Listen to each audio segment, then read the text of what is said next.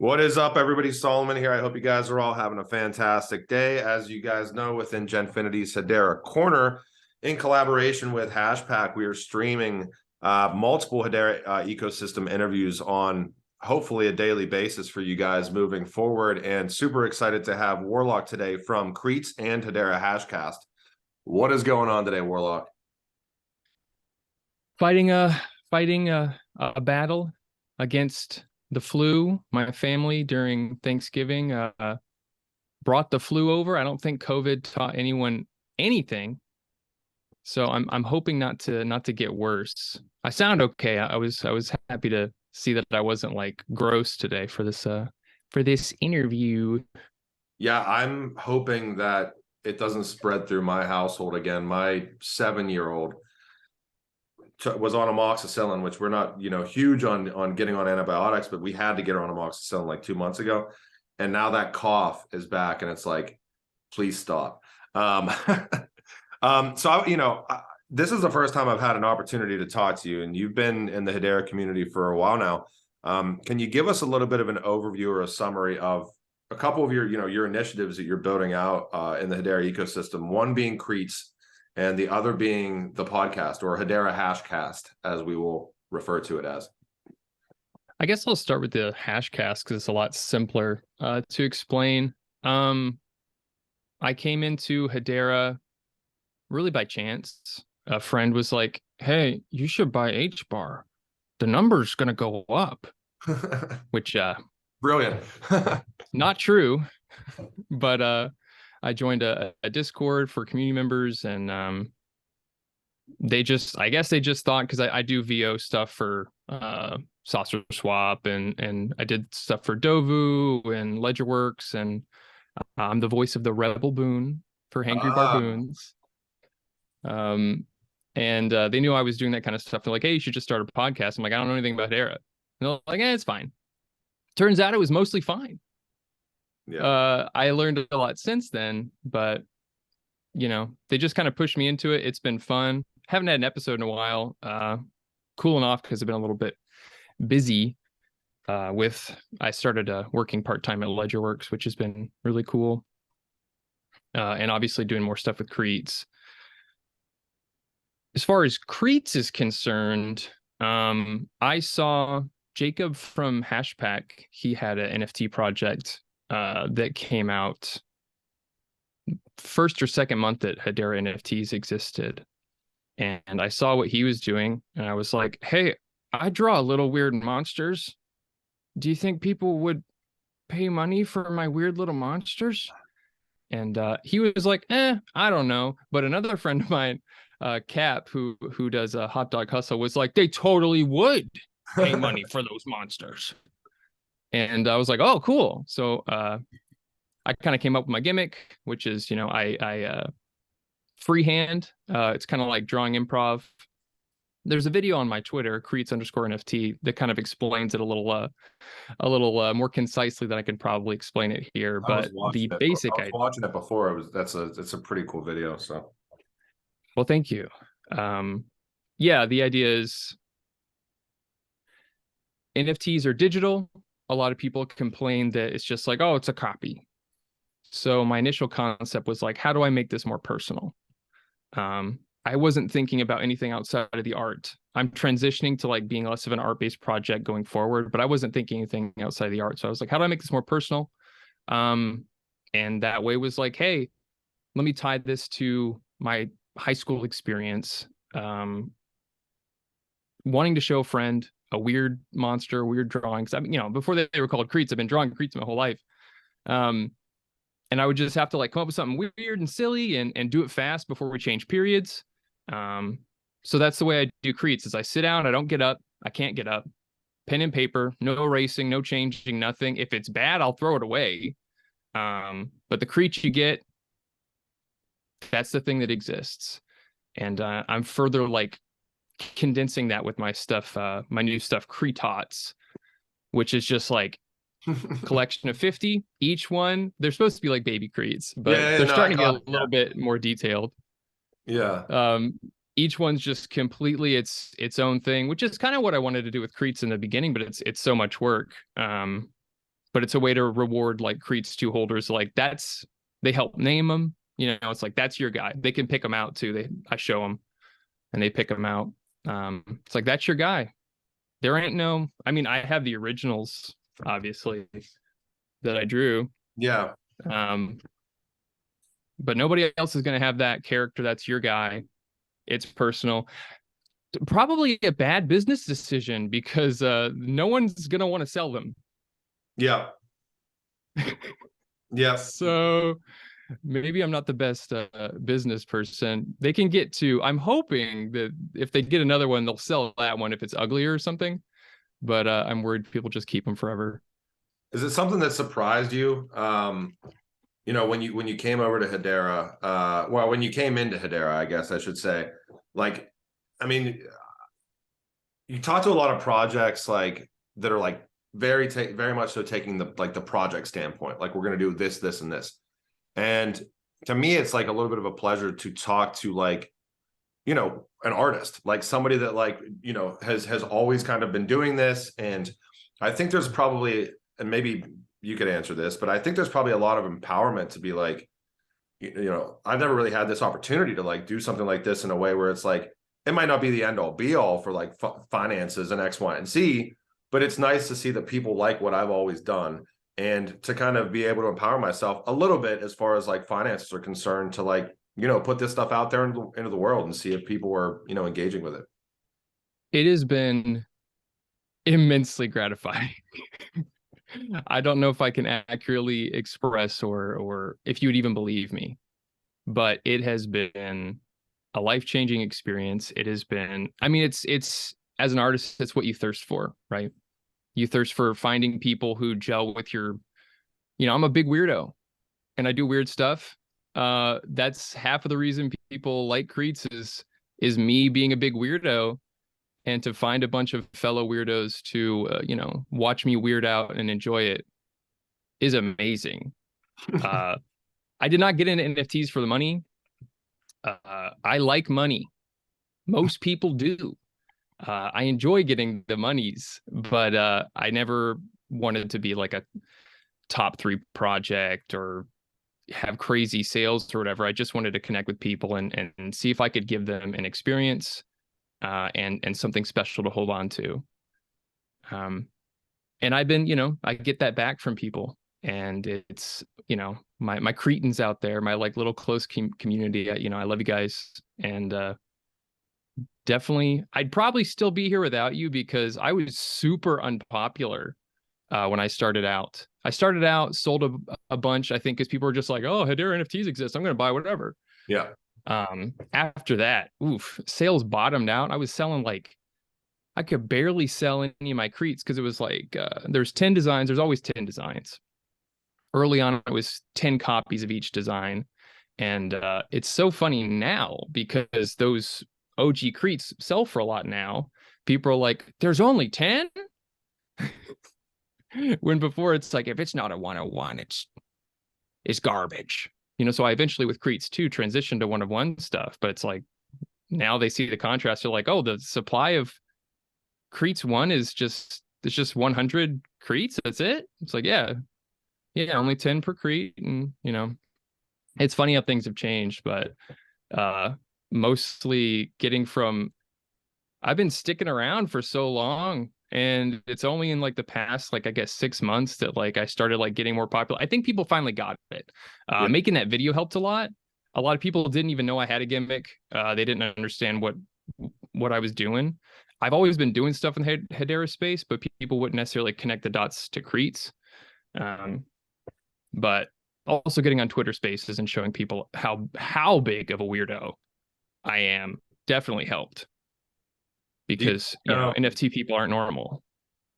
I have to ask because you look at if I look at like the Ethereum ecosystem, and this isn't anything against any other ecosystem, but like the Ethereum ecosystem, Solana, all kind of the other big still the most liquid as of right now and the most money flowing through those ecosystems. But to me, a lot of other ecosystems are kind of like the old boys club, where it's like, yeah, there's projects that do make a lot of money and that do really well, but it's lost kind of the luster as far as being able to empower like the actual real artists that are kind of like the underground artists that do this with a passion. So the question I would have to ask you is, do you think if you would have launched Creets on another network besides Hedera Hashgraph, that you would have had the same response or the same community or the same experiences as you've had so far? Absolutely not.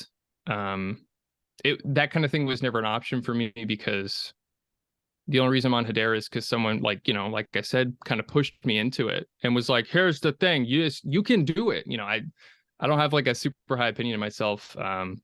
Which if you listen to me Twitter Spaces, people are like, oh, you're so humble. I'm like, humble, self-deprecating, maybe, you know, I don't know. I don't know. But that was never an option. However, Creets is just not, you need way more time to communicate what I'm about, who I am. Other chains, you don't get that time. Yeah. You know, you get maybe a 1-minute pitch. That's not enough. You need to see who's the guy behind it, before you can really get invested.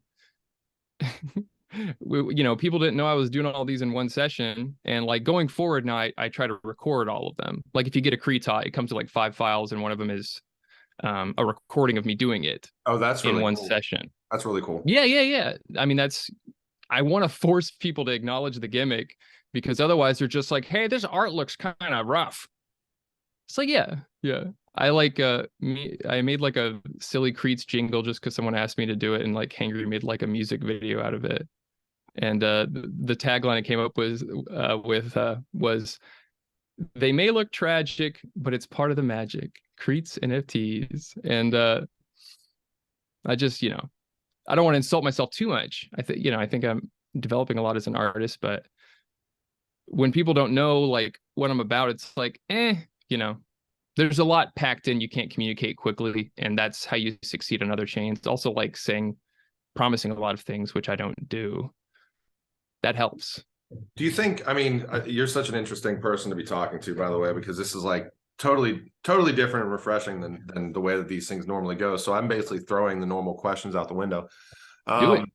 Yeah. So, I mean, as far as like the collaborations you've had, as far as some of the voiceover aspects, man, I really do think, like, especially because we're going to start seeing kind of AAA gaming and stuff like that coming onto Hedera, I'd be really interested to be in your position, because I'm guessing, you know, in the future, you might have a lot of opportunities for the gamification voiceover stuff that's going on and everything else. Like, who have you worked with so far? And I know you kind of briefly mentioned it, but if you could go over it again, and then I don't know if you've had that thought process for yourself either, that, hey, there might be some aspects down the road. And I know it's not all about, oh my God, I could make a ton of money, but as you and I both know, like, you have to have money. And have you thought about, you know, any opportunities maybe coming up as the ecosystem grows and the network develops out? Oh yeah, 100%. I think the first person, but yeah, I'll do the list. Like, probably the person I work with most is Saucer Swab. They got a video that just came out yesterday. You know, I did, and I think another one coming in the pipeline for single-sided staking that I did. Probably maybe tomorrow. Yeah, tomorrow. Them did some stuff for Dovu. Did some stuff for Hangry Barboons, obviously. Did some stuff for Creamies. I did like a kind of a tutorial video. I'm trying to like not just do tutorial videos, but my goal is like, since I like started doing stuff, I was thinking like, hey, if I can get some VO work, because if you don't live in LA, it's getting VO work is tough. Yep.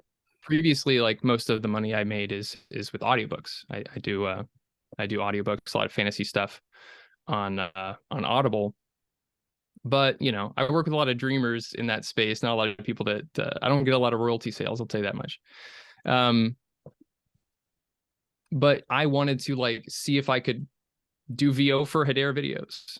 Like, that's what I thought originally. Outside of that, I don't have a lot of expectations for like how the space is going to evolve. It'd be cool like for Ashfall and some of the games that are being developed on Hedera for them to consider me, because I'm a guy.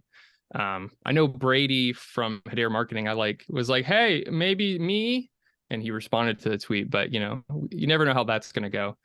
But I think I'd be good, and you know, good change of pace? Because I think they mostly just use Hasker for all their like YouTube VO stuff, right?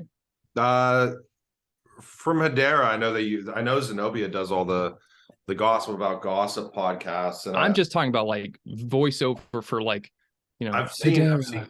It's yeah, so great. yeah, I've seen Christian do a lot of the stuff as well.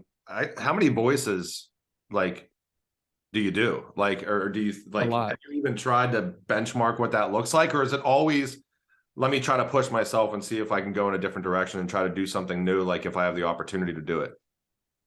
Well, it's like, this is the case with most voice actors. It's like you find traits to mix, right? So you got my big thing is like, okay, I got accents. I can do accents. I can do accents in my normal voice, and I can do accents in a gruff voice, higher pitch voice, a more breathy voice, stuff like that. You mix and match things, aspects to get something else.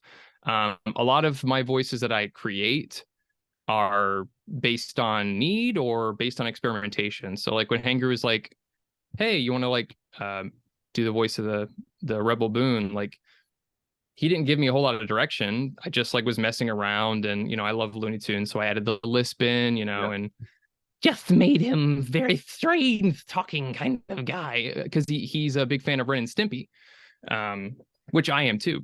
Yeah. And so I was channeling that a bit. It was really fun to work on his laugh because that's something that's I don't get to do a lot is big maniacal laughs. There's not a whole lot of audiobooks that have ha ha ha ha ha. Usually it just says he laughed maniacally, and I'm like, let me in there. Let me do it. Yeah, so it's mostly just playing around, like even with tutorial videos, like the voice I use for Saucer Swap compared to the voice I use for Creamies, or the voice I use for Ledgerworks, the recent stuff I've done, their videos, they're pretty different. It's people get sucked into audio, which is a big benefit, and like just little differences like can mean the world to people when they're just getting the audio. What's your as far as like the Hedera Hashcast aspects? How many of those have you done, and what's been the experience as far as like, because I did see that you have stuff on Spotify, you're kind of uploading them across multiple formats. What's been the experience with that thus far? Do you have any plans for that moving forward? I know you said you've taken a little bit of a break, but do you want to get back into that at all? 100%. I'm obviously thirsty for it because I've been like creating these like nonsense Twitter spaces. The like 3 over the past 3 days, just like one of them nobody joined, so I just like had a 40-minute monologue, and I had a lot of fun doing that because I like improv. I'm an improv guy. I'm not one of those weirdos that makes people come to my improv shows, but I like incorporating the art of improv into what I do. I have opinions on that, but we don't need to talk about that. Yeah, I'm definitely going to come back to the Hashcast. A lot of it is I started getting repeats of a lot of the same projects, wanting to come back and not having a lot of information. So I kind of felt like I was spinning my wheels. The YouTube is the most exposure, but from doing these Twitter spaces, I'm like, why am I on YouTube? Yep. If I bring back the Hashcast, even though, because I care about audio and I like my voice to sound good, and I know how to mix and master stuff myself. Even though that's the case, probably going to switch to Twitter Spaces because I have, a bigger audience there. It's just YouTube is just so, I don't know if it's the algorithm or what. I remember like doing creative stuff on YouTube like 10 years ago, 10 or more years ago. I'm old now. Oh my God. And it was pretty easy to get a good amount of views, kind of how like TikTok is now. Yeah. Where it's like they feed you those early views. But when you're just uploading regular, like longer than a minute content on YouTube, it's like they just hoard them. The algorithm does not like you. Well, There's so many pushing requirements. they're pushing shorts now pretty hard, and it's like I look at YouTube as just a tool, but it's like it's really kind of more, at least in my opinion, it's visual driven, it's hype driven, it's all the things that really kind of, audio is kind of a byproduct of what YouTube exists for. And then even with the Twitter spaces, like you said, I think there's a huge opportunity for creators because the Twitter spaces are very much so, I think, going to transition into like actual podcasts. At least that's what I've heard on the background. So, you know, you have to ask yourself, where is the community and where am I getting the most pull from? Hey, I did want to ask Warlock, like if you could give the community, you know, where, you know, a heads up as far as where you would like them to go to learn more about what you're doing. Is that through the Twitter primarily? Is it through the Discord primarily? Like, where would you like to draw people into to learn more about the character that you are and the characters that you draw and facilitate and everything else? Well, the Twitter's good. All my like promotional videos and stuff that explain all the little events I'm doing are on like the Warlock and Key YouTube channel. Just go on YouTube, search Warlock and Key. I should come up. I link it to other places too. That's the big place. If you want to get a feel of like what's Creets about, you know, come to the Discord, chat with some people, be like, oh, these guys are weird. And if you're weird too, then you'll fit right in. It'll be great. But I'm gonna have to like bump up my website, and my website is like creets.club. There's like nothing, but like I said, I'm transitioning from art, solely art based. We're working on a trading card game. I have like a dev team now. I don't know where that came from or why they decided to sign on with me, but they did. Which we have 7 people total. Oh wow. We recently got yeah, I know. That's actually Isn't really that weird. So you guys are gonna, is that kind of where you see Creets and Creetots like going, is kind of into that kind of card game aspect? Because that, if that's the case, like I remember when I was young, like I don't know if you remember, like because you talked about Ren and Stimpy, like Garbage Pail Kids and all that stuff back in the day, like that was like right on my alley. You know, anybody that was growing up in the 90s, like there was a lot of weird crap that was coming out, and I think that's evolved and shaped us into the people that we are today, and I loved all that stuff. Yeah, it's a perfect fit, and I didn't even come up with the concept myself. Someone approached me and was like, hey, like we could have a trading card game that actually just uses the NFTs, that connects to your wallet, and you actually use them when you're playing. And if you trade it to someone, they actually can have it, because that's a thing that's claimed a lot with NFT gaming. And there's other like NFT trading card projects, but none that you can just like, I have this trading card, I will use it in this browser game. And if I want to sell it to someone, trade it to someone, burn it, whatever, I can do that, and that's coming from my wallet directly. We want like half of it to be running on Hedera, and strangely, they have the ability to do that. They are very talented. I don't know why they seem to have slipped into my life, but I'm very grateful for it. When And do we're you going to start think? attacking that a lot more in January. Okay, yeah, I was gonna ask. I know it's hard to put a definitive on anything as far as like roadmaps and stuff like that, but like if you had to guess, like that's going to be coming out like maybe first half of next year, do you think? Or what is that looking like for you? We should at least, because we're going to have alpha tests, beta tests, etc. We should at least have the alpha out by the early next year. Getting the team together, getting everyone on the same page. There's also some legal stuff we're going to have to work out. Yep. That took the longest amount of time. We also like, you know, it took us a while to find basically like, you know, the perfect people for different little jobs. Yeah, but that's going to be, you know, I'm going to finish Creetots fairly soon, and that's going to be, you know, Creets 3. I don't know when the heck that's going to come out. The trading card game is going to be my main focus going forward. No, I really appreciate it. Thanks for taking the time out today, man. Like I know how insanely busy everybody is in this space. It's honestly been a pleasure. Like it's good to laugh during these interviews and like have like a real conversation. And you know, you've been kind of everywhere in the Hedera space, and I expect that to continue moving forward. Looking forward to seeing the trading card game. I got to take a look at all the Creets right now, because I might, not financial advice to anybody out there, but I've tried to support, you know, as many projects as possible in the Hedera community, and I know Creets has been on my list. So I appreciate your time, Warlock, and I'm sure we'll be doing another one of these in the future. I'd love to. I can always ramble about random weird things. Thanks, man. It's my skill.